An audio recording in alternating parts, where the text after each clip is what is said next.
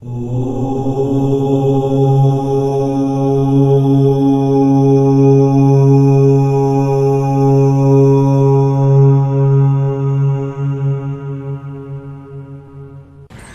शिव शक्ति। आज हम बात करेंगे सास बहू के रिश्ते की। कैसे इस रिश्ते में आई गलतफहमियों की वजह से एक अच्छा खासा घर परिवार स्वर्ग से नर्क में परिवर्तित हो जाता है। मेरा यह प्रयास है कि इस वीडियो को पूरा देखने के बाद ना सिर्फ सास बहुओं को अपितु इन दोनों के बीच में फंसे उस आदमी को भी अपने काफ़ी सवालों के जवाब मिल जाएंगे। इन गलतफहमियों को कैसे दूर किया जा सकता है और अपने घर में सुख शांति व समृद्धि का वास कैसे किया जा सकता है, आपको ऐसे तमाम सवालों के जवाब इस वीडियो को पूरा देखने के बाद अवश्य मिल जाएंगे। चलिए अब बात करते हैं समस्या की और फिर बात करेंगे इस समस्या के समाधान की। मैं यह तो नहीं कहूँगा कि सास बहू का रिश्ता हर घर में खराब होता है, और मैं यह अवश्य कहूँगा कि आज के समय में यह काफ़ी घरों की समस्या बनी है, लेकिन इस विषय में खुलकर कभी बात ही नहीं की जाती। आप ही में से कुछ दर्शकों के मैसेजेस आए, ईमेल्स आए, जिसमें हमें इस समस्या पर खुल के बात करने का आग्रह किया गया। और यदि आप भी चाहते हैं कि हम किसी विषय पर खुल के बात करें तो हमें ईमेल करें या व्हाट्सएप मैसेजेस करें।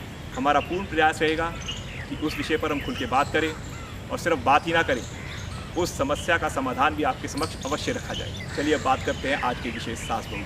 मेरे पास भी ऐसे बहुत से केसेस आते हैं जो इसी समस्या से परेशान हैं। जिस घर में पति पत्नी की नहीं बनती, वहाँ आती है पत्नी यानी बहू कि हमारे पति तो हमारी बिल्कुल भी नहीं सुनते, वह केवल अपनी माँ की ही सुनते यानी सास की। और जिस घर में उस महिला के पति की बहन होती है यानी उस महिला की ननद, वहाँ यह समस्या और बढ़ जाती है।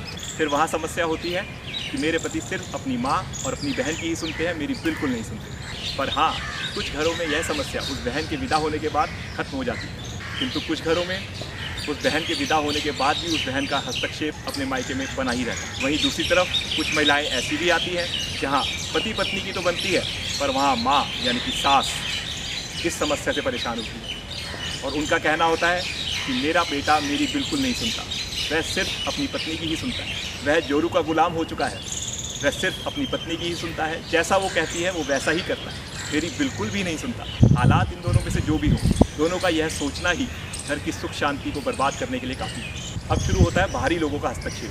सासू जी अपने तथाकथित शुभचिंतकों से अपनी इस व्यथा का व्याख्यान करती हैं, और बहू अपने तथाकथित शुभचिंतकों से अपनी व्यथा का व्याख्यान करती है। और बस यही गलती हो जाती है उन दोनों से कि अपने घर की समस्या को एक दूसरे से चर्चा ना करके वह बाहरी लोगों से इस विषय पर चर्चा करने लग जाते हैं। फिर यही तथाकथित शुभचिंतक इस गलतफहमी की आग में अपने घटिया सुझाव देकर घी डालते हैं और इस आग को और भड़काते हैं। याद रखिए, जो यथाकथित शुभचिंतक आपको आप ही के परिवार के खिलाफ भड़काए और आपके व आपके परिवार में जो गलतफहमी पैदा हो गई है उसे सूझबूझ के साथ सुलझाने का प्रयास ना करे, वह आपका अपना कतई नहीं हो सकता। वह सिर्फ आपके और आपके परिवार की बर्बादी का कारण बन सकता है और कुछ नहीं।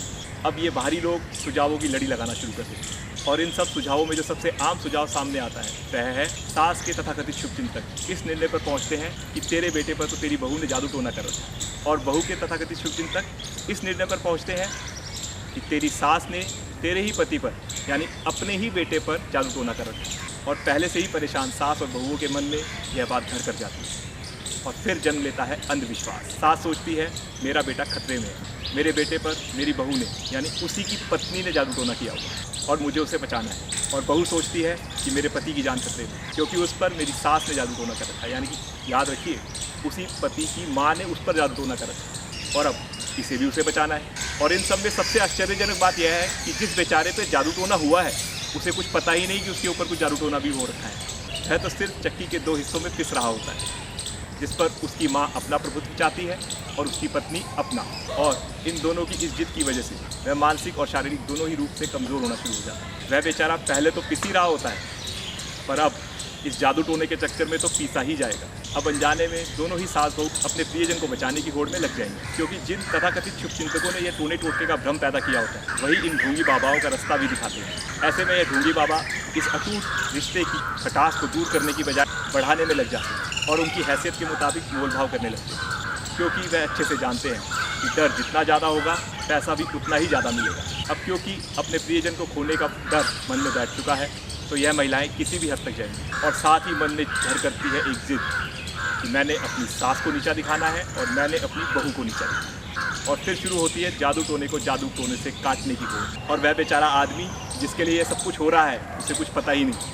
हाँ, एक बात ज़रूर है, यदि वह बेचारा अपनी पत्नी की सुनता है तो जोरू का गुलाम कहलाता है, और यदि अपनी माँ की सुनता है तो ममाज बॉय कहलाता है। और आदमी इस स्थिति को किस तरीके से काबू में कर सकते हैं, उसका समाधान भी इसी वीडियो में मिलेगा। मेरा एक सुझाव है कि जो माएँ यह चाहती हैं कि अपने बेटे की शादी करने के बाद भी उनका बेटा सिर्फ उनकी सुने और अपनी बहू की नहीं, तो मेरा आपसे निवेदन है कि आप अपने बेटे की शादी ही ना करें। और जो लड़कियां यह चाहती हैं कि शादी के बाद उनका पति सिर्फ उन्हीं की सुने और अपनी माँ की बिल्कुल नहीं, तो मेरा उनसे भी निवेदन है कि वह भी शादी ना करें, क्योंकि दोनों ही सूरतों में ऐसा करने पर आप कम से कम 3 जिंदगियों को और एक अच्छे खासे घर को नर्क बनने से बचा देंगे। आप नहीं जानते उस आदमी पर क्या बीतती है जिसके घर में उसकी माँ और उसकी बीवी में किचकिच चलती रहती है। उसकी माँ उस पर अपना हक जताती है और उसकी बीवी उस पर अपना।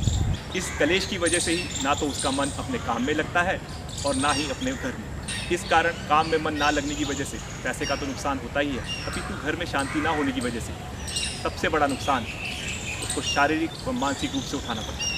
चलिए, समस्या का जिक्र तो हो गया, अब हम आते हैं इसके समाधान की ओर। सबसे पहले बात सासों की, यानी ऐसी माँओं की जो चाहती हैं कि उनका बेटा शादी के बाद भी केवल उन्हीं की सुने, अपनी बीवी की नहीं। तो मैं ऐसी माँओं के लिए यही कहूँगा कि देखा जाए तो आपका यह सोचना किसी हद तक सही है। जिस बेटे को आपने इतने प्यार से पाला पोसा, इतने लाड प्यार से बड़ा किया, अब कैसे उसकी शादी होते ही आप इस प्यार को बांट सकती हैं? यह एक माँ की ममता ही है। यह एक माँ की ममता ही है जो अपने बेटे के प्यार को बढ़ते हुए नहीं दे सकती। बस इसी सोच पर आपको थोड़ा समझने की आवश्यकता है। क्या आपने सोचा कि यह ममता थी या प्यार? ममता तो बट ही नहीं सकती, क्योंकि इस पर केवल और केवल सिर्फ माँ का ही हक होता है, किंतु प्यार पर तो सभी का हक है और यह प्यार सबका अलग अलग परिभाषित होता है। माँ की ममता तो हर हाल में अपने बच्चे को खुश देखना चाहती है, फिर चाहे अपने बच्चे की खुशियों के लिए कितना ही बड़ा बलिदान क्यों ना देना पड़े। ज़रा सोचिए, जो लड़की आपके घर में बहू बनकर आ रही है, वह अपना सब कुछ छोड़ के आ रही है, अपने माँ बाप, अपने भाई बहन, अपना घर, यहाँ तक कि अपने माँ बाप का दिया हुआ नाम भी वो छोड़ के आ रही है। और यह सब किस लिए? आपके बेटे के लिए, आपके लिए, आपके परिवार के लिए। वह यह सोचकर आ रही है कि जो प्यार उसे अपने माँ बाप के घर में मिला है, वही प्यार उसे आपके घर में भी मिलेगा। उसका पति उससे बहुत प्यार करेगा और शायद यही सब सोचकर आपने भी शादी की होगी। यदि आपकी सास ने आपको प्यार दिया तो आपका यह फ़र्ज़ होता है कि आप उस प्यार से भी ज़्यादा प्यार अपनी बहू को दें। और यदि आपको आपकी सास से प्यार नहीं मिला और केवल ताने ही मिले हैं, तो आपके दर्द को भी मैं समझ सकता हूँ। और आपके लिए मैं यही बताना चाहता हूँ कि इस संसार में 2 किस्म के लोग होते हैं। एक वह जिनके साथ गलत हुआ और वह गुस्से में आकर दूसरों के साथ भी गलत करते हैं, और दूसरे वह जिनके सिर पर प्रभु का हाथ होता है। वह अपने साथ गलत होने के बावजूद भी किसी के साथ गलत नहीं करते। यदि आपको अपनी सास से दर्द मिला है तो उस दर्द का एहसास आप अपनी बहू को कतई ना करें। उसे हर वह खुशी दें जो आप अपने लिए चाहती हैं। उसके साथ वैसा व्यवहार करें जैसा आप अपनी बेटी के ससुराल वालों से अपनी बेटी के लिए अपेक्षा करती हैं। उसे इतना प्यार दें कि उसे अपनी सास यानी आप में अपनी माँ की झलक दिखे। उसे वह माहौल दें कि उसे आप में अपनी दोस्त दिखे। फिर देखिए कैसे आपके घर में खुशियाँ आती हैं। आपका घर स्वर्ग से कम नहीं लगेगा और इस सब का सबसे ज़्यादा फ़ायदा आपको ही मिलेगा। और वह इस तरह कि ज़रा सोचिए, जब आप सास बहुओं में प्यार होगा, घर में सुख शांति होगी, तो आपका बेटा भी खुश रहेगा। उसका ध्यान अपने काम में और अपने परिवार में खुशी खुशी लगेगा। तनाव ना होने के कारण उसका स्वास्थ्य भी ठीक रहेगा। आप सिर्फ एक बात समझने की कोशिश कीजिए कि अब आपका बेटा किसी का पति भी है। और अब बात करते हैं ऐसी लड़कियों की जो चाहती हैं उनका पति सिर्फ उन्हीं की सुने, अपने माँ बाप की नहीं। तो आप ज़रा यह सोचिए कि जिस माँ ने उसे अपनी कोख में रखा, उसे पाल पोस कर इतना बड़ा किया और आज इस काबिल बनाया कि आप ही ने उसे चुना है अपना जीवन साथी बनाने को। जिस प्रकार आपके माँ बाप आपसे प्यार करते हैं, उसी प्रकार उसके माँ बाप भी उससे प्यार करते हैं। तो ऐसा कैसे हो सकता है कि वह अपने माँ बाप की ना सुने? शायद एक उदाहरण से आपको मेरी बात ज़्यादा अच्छे से समझ में आ जाए। ज़रा सोचिए, आप चाहती हैं कि आपका पति केवल आप ही की सुने, अपने माँ बाप की बिल्कुल ना सुने। यदि वैसा ही आपके भाई की पत्नी भी चाहे कि आपका भाई केवल आपकी भाभी की सुने, आपके माता पिता की बिल्कुल ना सुने, तो सोचिए आपको कैसा लगेगा। और अब भविष्य की बात करते हैं। हम यह मानकर चलते हैं कि आपको संतान रूप में बेटे की प्राप्ति हुई, तो जाहिर सी बात है आप भी उसे बड़े लाड प्यार से ही बड़ा करेंगी। अब ज़रा सोचिए, उसकी शादी के बाद उसकी पत्नी यानी आपकी बहू भी यही चाहे कि उसका पति केवल उसी की सुने, आपकी ना सुने, तो आपके दिल पे क्या बीतेगी? अब शायद आप यह समझ गई होंगी कि आपका पति केवल आपका पति ही नहीं है, किसी का बेटा भी है और किसी का भाई भी है। उसे आपके पति होने के साथ साथ वह सारे रिश्ते भी निभाने हैं। मैं तो ये कहूँगा कि आप अपने पति को भरपूर सहयोग करें कि वह पति और बेटा दोनों का ही फ़र्ज़ बखूबी निभा सके। आप अपनी सास के साथ वैसा ही व्यवहार करें जैसा कल को आप अपनी बहू से अपेक्षा रखती हैं। एक महत्वपूर्ण बात याद रखिए, हर समय हर व्यक्ति ठीक नहीं हो सकता। आप दोनों एक दूसरे को समझने की कोशिश करें।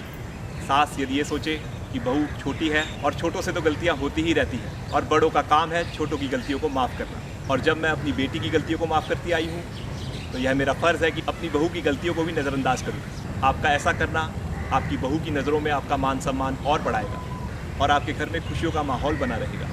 और बहुओं को भी यह समझना चाहिए कि उनमें और उनकी सास में एक पीढ़ी का अंतर है, जिसके कारण दोनों की सोच में तो फ़र्क रहेगा ही। इसी एक पीढ़ी के अंतर को समझते हुए यदि हर बहू यह सोचे कि कुछ विषयों पर मेरे अपने स्वयं के माता पिता से भी मतभेद रहते हैं, पर इस कारण मैंने अपने घर में कभी किसी रिश्ते को ख़राब नहीं किया और संयम बनाए रखते हुए हर मतभेद का सूझबूझ के साथ समाधान किया। और सिर्फ यह और सोचे कि क्या हुआ अगर किसी मुद्दे पर मेरी और मेरी सास की नहीं बन गई, मैं ही शांत हो जाती। पहले उनके हिसाब से वह कार्य होने दें जिनमें आप दोनों में मतभेद है, फिर बाद में ठंडे दिमाग से उनके समक्ष अपना दृष्टिकोण भी रखें। इसका यह फ़ायदा होगा कि जब आपकी सास यह समझेगी कि मेरी बहू ने ना चाहते हुए भी मेरी खुशी के लिए मुझे कुछ नहीं कहा, तो सोचिए उनकी नज़रों में आपकी इज्जत कितनी बढ़ जाएगी। अब बात करते हैं चक्की के दोनों हिस्सों में पिस रहे उस शख्स की जिसकी वजह से ये सारा काम होता है। मैं यह नहीं कहूँगा कि सास बहू के इस रिश्ते में पड़ी खटास का कारण केवल सास बहू ही होती है। कई बार आदमी का दोनों पक्षों में तालमेल ना बिठा पाना भी इस भयावह स्थिति का कारण होता है। आदमियों से मेरा अनुरोध है कि ना तो अपनी माँ को नीचा होने दें और ना ही अपनी पत्नी को। याद रखिए, यदि किसी परिस्थिति में आपको लगता है कि आपकी पत्नी सही है और आपकी माँ गलत, तो अक्सर देखा जाता है कि ऐसी स्थिति में अपनी पत्नी के सही होने के बावजूद भी अपनी माँ का ही पक्ष लिया जाता है, क्योंकि वह अपनी माँ को समझाने में संकोच करते हैं। और कुछ परिस्थितियों में माँ सही होती है और पत्नी गलत।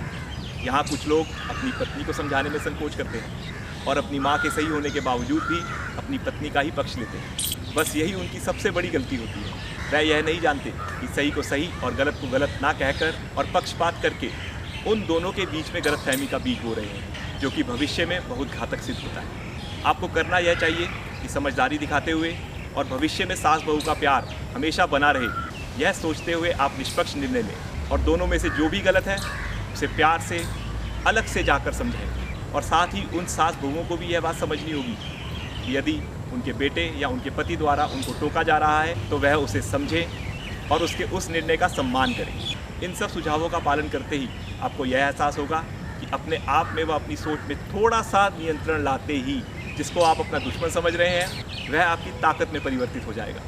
आपका घर स्वर्ग लगने लगेगा, आपके घर में खुशियों का वास होने लगेगा, और वह भी बगैर किसी तथाकथित टोने टोटके व ढोंगी बाबा के। यकीन मानिए, आपके सुखी जीवन की चाबी आप ही के पास है।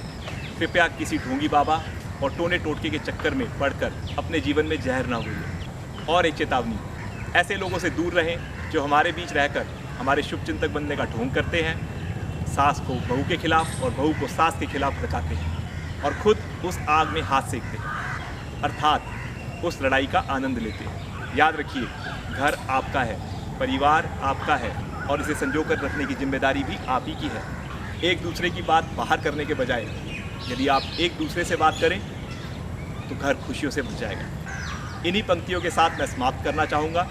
यदि फिर भी आपको आपकी समस्या का समाधान ना मिला हो तो आप हमें अवश्य संपर्क करें। जय शिव शक्ति।